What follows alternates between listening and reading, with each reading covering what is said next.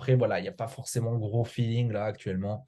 Je vous avouerai, c'est pour ça que déjà depuis 2-3 semaines, j'ai pas pris de point d'entrée à part celui-ci là, cette vente-là. Parce que j'ai pas de feeling, voilà, le marché, il parle, mais par contre, moi, je le comprends pas. Voilà, il parle dans une autre langue que je comprends pas, donc j'ai pas envie de l'écouter. Il faut que j'apprenne petit peu plus, ou sinon d'attendre qu'il parle mon langage, tout simplement. Y est pas les gars, bienvenue à la session d'update de début de semaine. Donc comme à chaque fois, on va voir les sessions passées, les potentiels scénarios futurs. Parce que le graphique parle, faut pas l'oublier.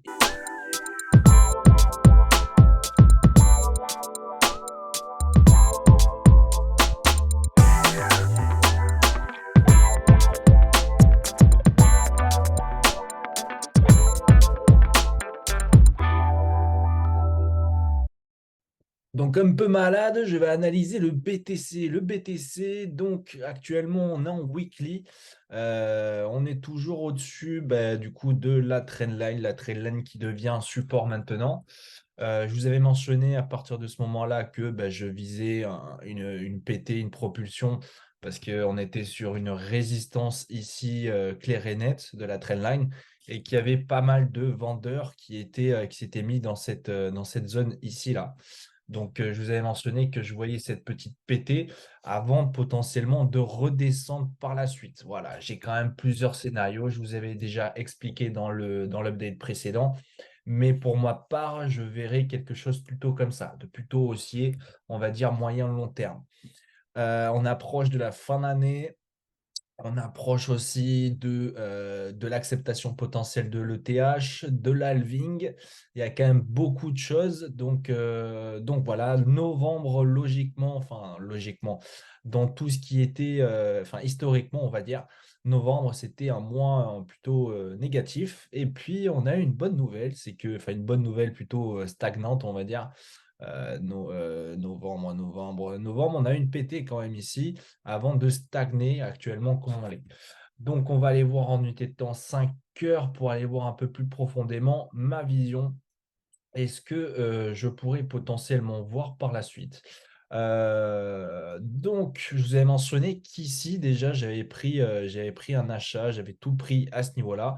Et puis après, au final, j'avais bien fait de tout prendre parce qu'ici, on est toujours en train de range. Maintenant, mon objectif, je vous avais mentionné que, de toute façon, tout le long après, j'avais essayé 2 shorts à ce niveau-là. Je vous avais mentionné la semaine dernière, qui n'ont pas forcément abouti, mais en même temps, normal. Regardez ce beau petit range juste après le petit pump. Donc, qu'est-ce que je pourrais voir? Je pourrais potentiellement voir un fake out ici pour venir chercher la borne du bas. Voilà, tout simplement ce que je pourrais voir. Qu'est-ce que je pourrais voir aussi par la suite? Ce serait vraiment du coup un long squeeze, hein. C'est vraiment, on va retourner sur le scénario comme je vous avais parlé, je crois qu'il y a 3-4 semaines, du coup il y a un mois potentiellement, c'est venir chercher cette poche à liquidité là. En fait, maintenant, tout ça, c'est des poches à liquidité. Voilà, tout simplement. Tout ça, c'est une grosse poche à liquidité. Et moi, ce que j'aimerais voir déjà en premier lieu, c'est de venir toucher cette borne ici, base du range, pour potentiellement après venir chercher son objectif de range, du coup, aux alentours ici, pour déjà, on va dire, long squeeze tout le monde. Donc, j'attendais d'avoir du feeling en court terme pour prendre une position. Parce que ici, j'aurais pu potentiellement, si on avait clôturé en 5 heures, sauf qu'on l'avait clôturé en 8 heures. Et en 8 heures, voilà, il y avait rien qui me titillait en fait. Le range, il ressemble plus à rien, il ressemble plus à un canal haussier comme ça. Et encore, c'est pas très propre, voilà, c'est pas très propre.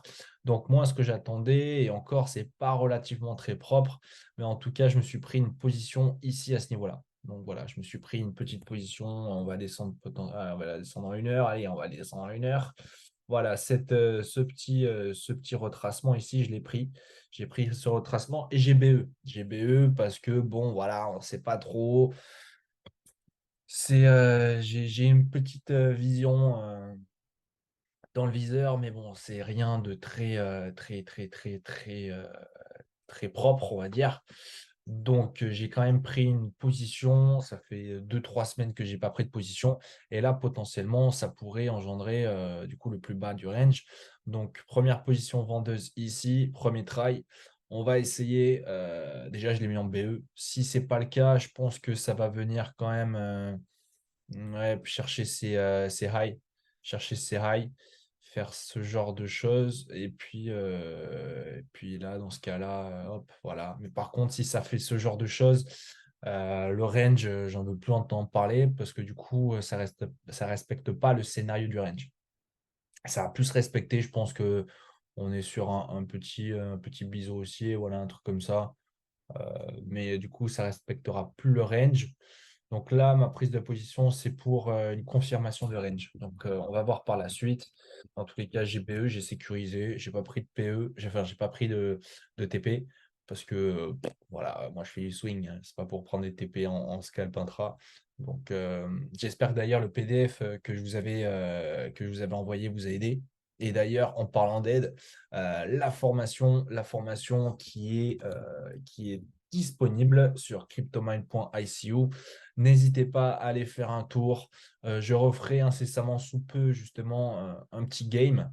Voilà, un petit game comme on avait pu voir faire la dernière fois. Donc là, pour aller dans la formation crypto, justement, ben, vous avez tout ce que je vous propose dans la formation. Ça va vous permettre de vraiment step up avec tout ce que j'ai pu apprendre sur les marchés.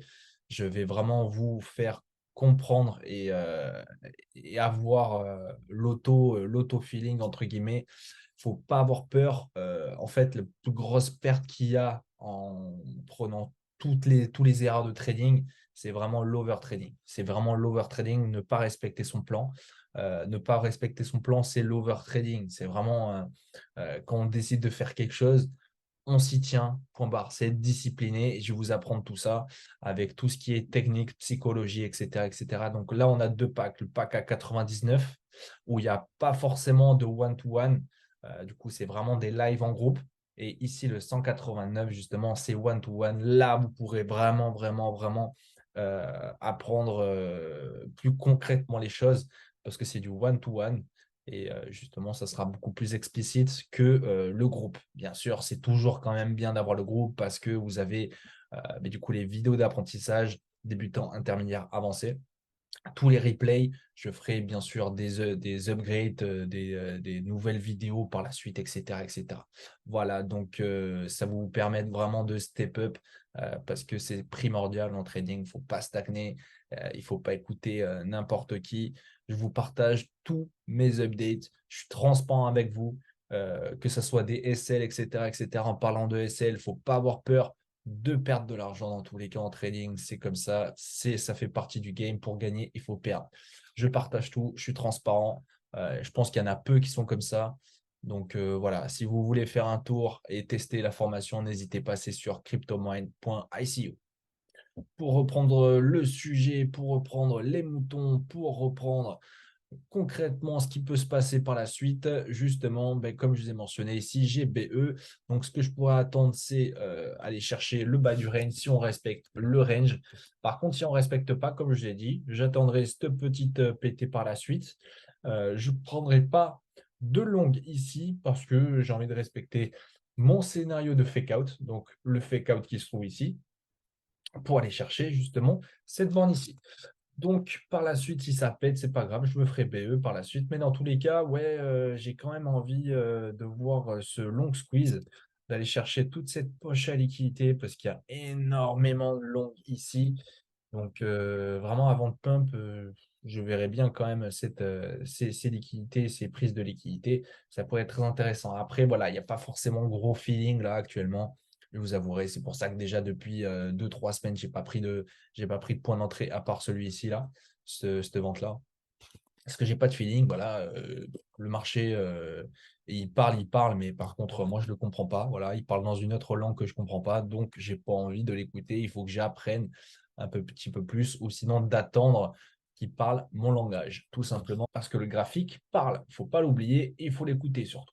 Pour le gold, ben, la dernière fois dans l'update précédent, je vous avais mentionné que je voyais potentiellement une PT ici à ce niveau-là. Ben, c'est ce qui s'est passé, écoutez, hein, c'est ce qui s'est passé. Donc très bien. Par contre, j'ai pas envie de le vendre ici. Si on peut potentiellement tracer une figure chartiste. Ah, peut-être, hein. On est peut-être sur quelque chose, hein. On est peut-être sur quelque chose. On est en surachat. Qu'est-ce qu'il nous dit, lui? Qu'est-ce qu'il nous dit? L'OBV. OK. Il nous fait un plus haut sur le price. Par contre, à l'OBV, il nous fait pas de plus haut. Donc, peut-être une divergence. Ça peut être intéressant. Ça peut être intéressant. Par contre, en daily, non. Mais par contre, il y a une divergence du RSI. Ça peut être intéressant de le vendre, hein, les gars. Après, il n'a pas été... il n'est pas venu liquider ici, là. Euh, Après, la plupart du monde, voilà. Voyons, en unité de temps inférieur. Voyons, en unité de temps inférieur. En 3 heures, 1 heure.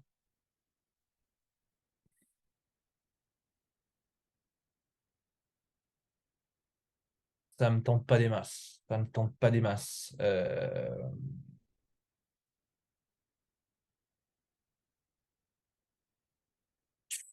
Ouais, non. Il est quelle heure là? Il est quelle heure? Dans 17 minutes, il va clôturer ici. Ah, ouais. Je suis pas fan, hein. Limite une dernière PT. Limite une dernière PT, je le vends. Voilà. J'attendrai la dernière PT et je le vendrai. Parce que là, je sais pas, ça me dit rien. Ça me dit rien de le vendre maintenant. J'attendrai potentiellement une dernière PT là. Ouais. Et je verrai dans les unités de temps inférieures, voir ce qu'il nous dit. Puis premier et deuxième, on va essayer, si vraiment cette zone-là ne marche pas, on va essayer le fake out. Du coup, paf, paf, paf. Voilà, tout simplement. Donc pour l'instant, je ne fais rien. Pour le SPX, ben, le SPX, les gars, il se porte magnifiquement bien, hein, on va pas, on va pas se cacher. Euh, voilà, tout simplement. J'avais pris mon TP2, du coup, ben, à ce niveau-là, hein. À ce niveau-là, j'ai pris mon TP2. Mon TP1 se trouvait ici. Tac. Et mon TP3, ben, il se trouvera à la TH. Point barre, voilà, GBE tranquillement. Comme je vous ai mentionné, voilà, j'avais pris mon petit TP, enfin mon petit PE, puis TP, premier TP ici, deuxième TP ici. Et puis à voir par la suite, on va attendre, justement, il y aura l'annonce des taux d'intérêt là, à voir ce qu'il va nous dire, mais ça sent plutôt bon. Pour cette figure chartiste qui est la Cup and Hands, il y a deux scénarios. Donc, le premier scénario, c'est ultra bullish. Et dans ce cas-là, le meilleur point d'entrée, c'est le point d'entrée que j'ai pris. Deuxième point d'entrée, c'est le pullback. Mais bon, voilà, on a un risque qui est aussi de faire un fake out. Donc, on a aussi ce risque-là. Donc, c'est pour ça que ouais, prendre en pullback, c'est quand même risqué, mais ça peut se tenter. Ça peut se tenter. Donc moi, ce que j'irai chercher, c'est pas un achat les prochaines semaines ou mois. Ça serait une vente, voilà, tout simplement. Une vente à ce niveau-là. Une vente à ce niveau-là pour essayer d'anticiper notre fake-out, tout simplement, et chuter par la suite. Donc j'essaierai de choper ce niveau-là pour potentiellement ben, aller chercher cette chute-là que j'ai pas forcément envie de voir. Mais bon, après, écoutez, il ne faut pas être têtu, il faut s'adapter au marché. Et si j'ai une confirmation ici, ben, je prendrai une vente ici, hein, il n'y a pas de souci. Mais dans tous les cas, je suis sécurisé et je suis bien. N'hésite pas à mettre en commentaire ce que tu en penses, si tu aimes cet update, si tu aimes les updates précédents, si tu vois des choses à améliorer, etc. Je suis toujours à la recherche d'améliorer mon contenu. Donc, si jamais, n'hésite pas à mettre en commentaire. Et aussi, pour la prochaine fois, je peux faire aussi d'autres vidéos qui n'ont rien à voir aussi avec les updates. Mais l'analyse d'altcoin, ça peut être très intéressant, sachant qu'il y en a beaucoup, beaucoup, beaucoup qui sont en train de se préparer au gros pump qui peut en suivre. Donc, n'hésite pas à me dire en commentaire justement ben, quel est le coin que tu aimerais que j'analyse la prochaine fois. Et puis, je m'exécuterai. Passe une bonne soirée ou une bonne journée, tout dépend quand c'est que tu regardes la vidéo. Et puis, n'hésite pas à rejoindre le groupe privé justement sur la formation. c'est que du bonus. Tu vas apprendre beaucoup de choses là-dessus. Passe une bonne soirée. Ciao mon gars.